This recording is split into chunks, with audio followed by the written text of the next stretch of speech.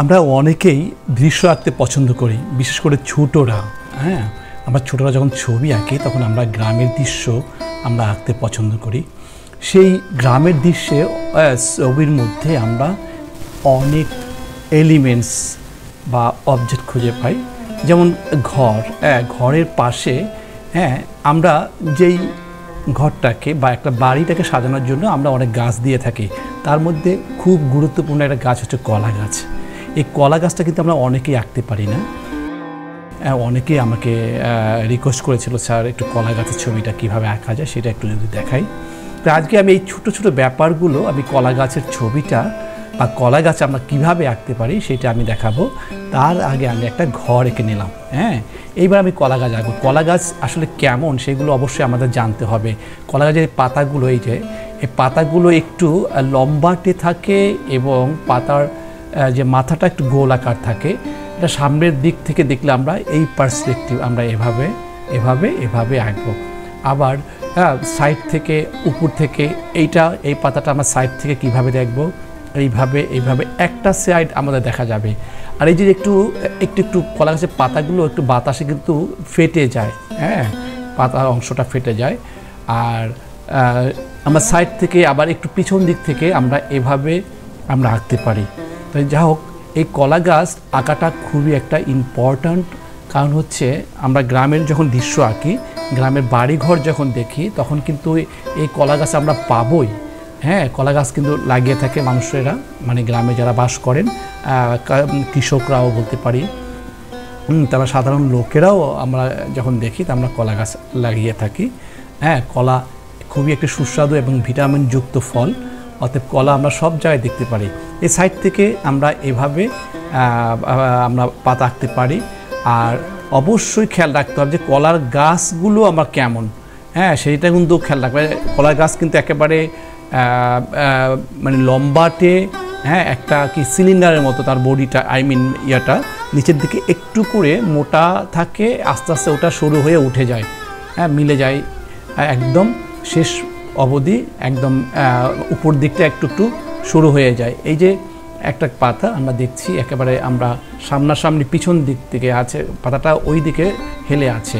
আবার সাইড থেকে আমরা একটা পাতা আমরা এভাবে দেখতে পারবো, বাম দিকে। যাই হোক, এই যে কলা গাছ একটু মজার কি একটা সুন্দর একটা আবহাওয়া তৈরি হচ্ছে। অর্থাৎ গ্রামের দৃশ্যে আমরা অবশ্যই কলা গাছ কিন্তু ব্যবহার করব, তাহলে গ্রামের দৃশ্যটা আরও প্রাণবন্ত হবে। আমরা গাছ তো অনেক ধরনের গাছ আছে, আম গাছ, জাম গাছ, লিচু গাছ, পেঁপে গাছও আছে, বা নানান ধরনের গাছ আছে। কিন্তু কলা গাছটা কিন্তু আমরা প্রত্যেকটা গ্রামের প্রত্যেকটা বাড়ির আশেপাশে আমরা কলা গাছ দেখতে পাই। আরেকটা হচ্ছে বাঁশঝাড়। যাই হোক, আজকে আমি কলা গাছ নিয়ে তোমাদের একটু আইডিয়া দিলাম। এই কলা গাছ দেখো, এখানে একটা কত সুন্দর একটা পরিবেশ তৈরি হলো, অর্থাৎ গ্রামের পরিবেশ। যাই হোক, আমি এই পাশে তাহলে আর একটা গাছ এঁকে দেখাই, তাহলে আমার পরিবেশটা আমরা আর একটু ফিল করতে পারবো। এইখানে আমি একটা নর্মাল একটা গাছ, এইভাবে মানে একটা ঘরকে কেন্দ্র করে বা দুটো ঘরকে কেন্দ্র করে, একটা বাড়িকে কেন্দ্র করে এই ধরনের নানান ধরনের গাছ আমরা দেখতে পাই। আমরা এইটার বাড়িটার আমার ডান দিকে আমরা কলা গাছ এঁকেছি, বাম দিকটা আমরা এইভাবে একটা গাছ আঁকবো। প্রথমত আমরা ঝাড়টা দিয়ে নেব, অর্থাৎ পুরো একটা গাছের যে ঝাড়, সেই ঝাড়টা আমরা দিয়ে নেব। তারপরে ওটাকে লাইন দিয়ে আমরা কি করব, একটা ডিটেলস ড্রয়িংটা বের করব।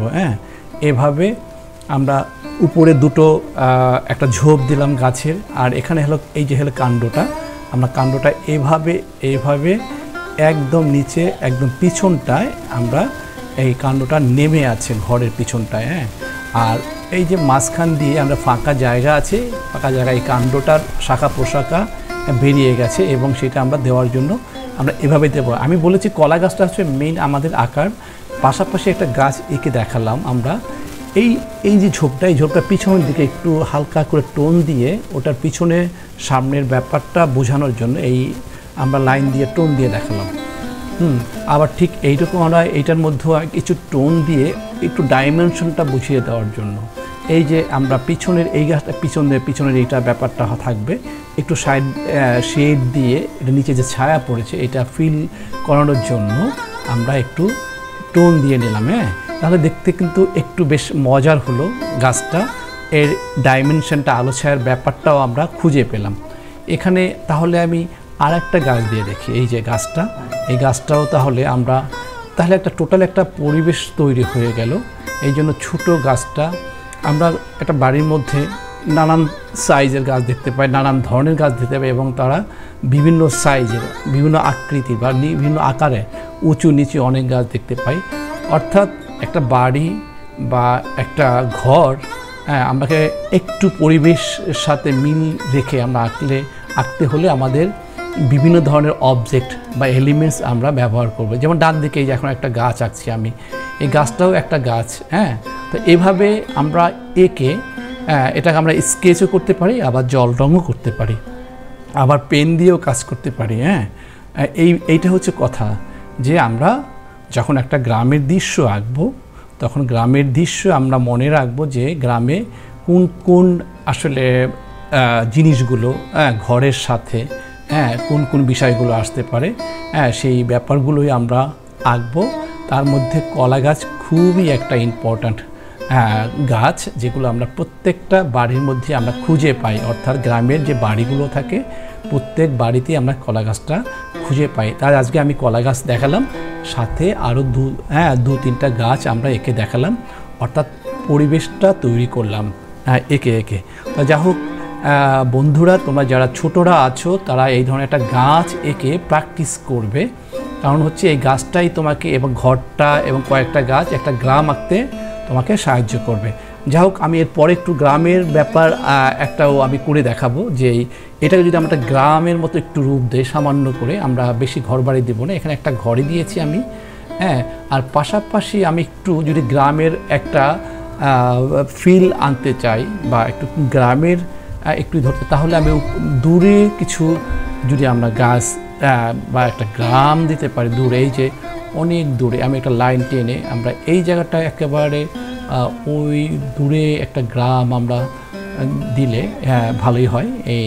এই গ্রামটা এখানে হালকা করে থাকা হবে। দূরের আমরা জানি পার্সপেক্টিভের জন্য দূরে যে বস্তুগুলোই দেখি না কেন এটা খুব আমরা হালকা দেখি এবং খুব অস্পষ্ট দেখি, এবং আস্তে আস্তে ওটা আমরা ঝাপসা বা অস্পষ্ট দেখি। তো সেটাই একটু আমি দিয়ে দিলাম। আবার বাম দিকে ঠিক এই মাপটা ধরে আমরা বাম দিকে আবার গ্রামটা পিছন দিকতে গ্রামটা দেখা যাচ্ছে, আমরা সেই গ্রামটা আমরা এখানে আমরা দিয়ে দেব। তো যা হোক, এইভাবে করে আমরা একটা সুন্দর একটা পরিবেশ আমরা তৈরি করতে পারলাম না? তাহলে কি হলো, আমাদের গ্রামের দৃশ্যে আমরা সুন্দর কলা গাছ আমরা আঁকতে পারলাম। আশা করি তোমরাও এই কলা গাছটা আঁকতে পারবে। এই গাছটা পরের ভিডিওতে আমরা জল রঙে করে দেখাবো। যাই হোক বন্ধুরা, তোমরা সবাই ভালো থেকো। আর একটা ছবি আঁকা তোমাদের সাথে দেখা হবে। ধন্যবাদ সবাইকে।